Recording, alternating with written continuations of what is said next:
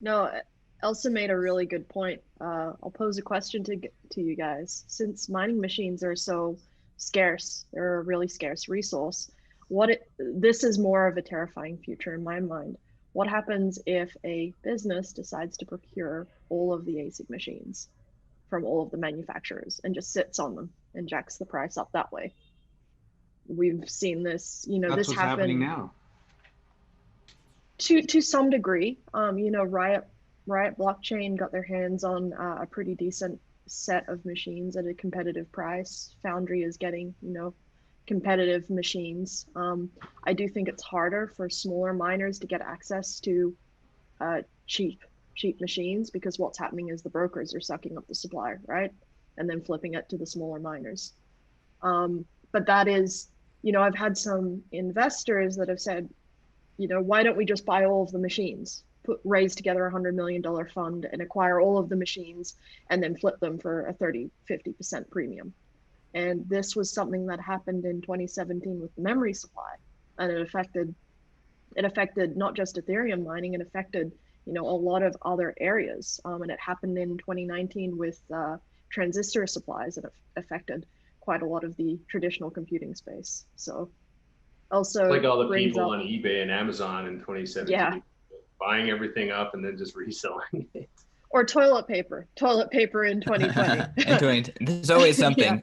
Yeah. So Steve, yeah. I know you kind of like you like build machines and kind of scrap ASICs together and like buy stuff used. Like what are you seeing from that perspective? Are ASICs that scarce? What's happening in the market for S9s? Like what's happening there? Yeah, man, I've like I'm still only buying S9s. I've been looking recently at prices. Like I just finished deploying another batch, so I've been looking at getting another batch. But now I'm seeing like my usual, Telegram like suppliers, those sketchy guys. They're Nick from price Kaboom Rap.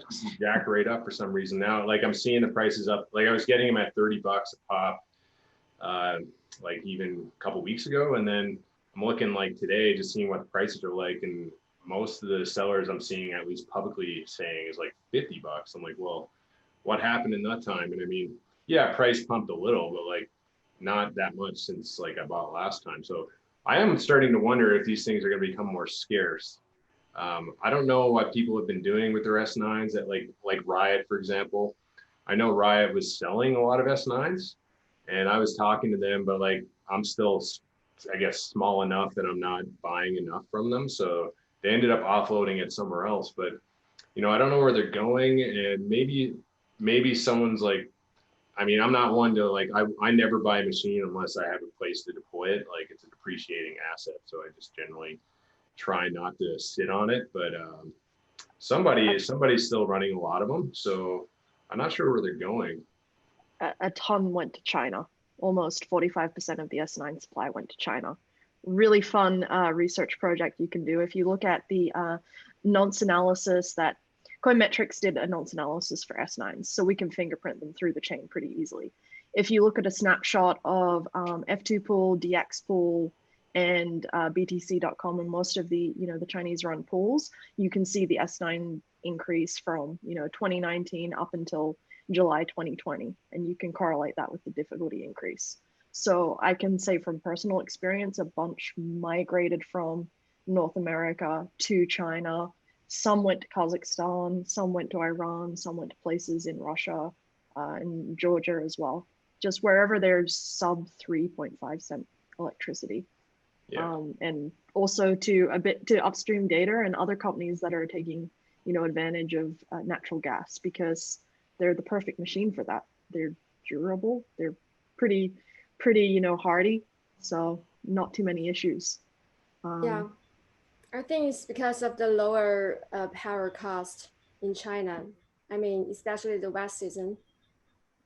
Yeah, I wonder what's going to happen when the wet season ends. Like, will they all come back to where will they go? Oh. Hopefully not in a scrap pile. Send them to me. Okay, I'll hold on. I think. Oh, go ahead, Elsa. Yeah, sorry.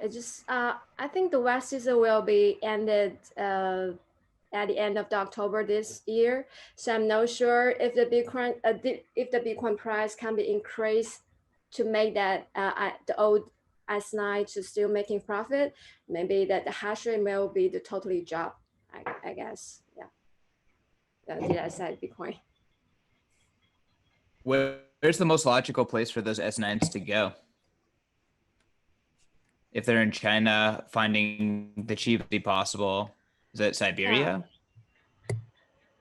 I don't know. I heard that some like partners told me, some friend told me that they're recycling the used miners. So there's a kind of business for them, and also they just resell like used miners. Yeah, they told me that they just get some valuable parts of it.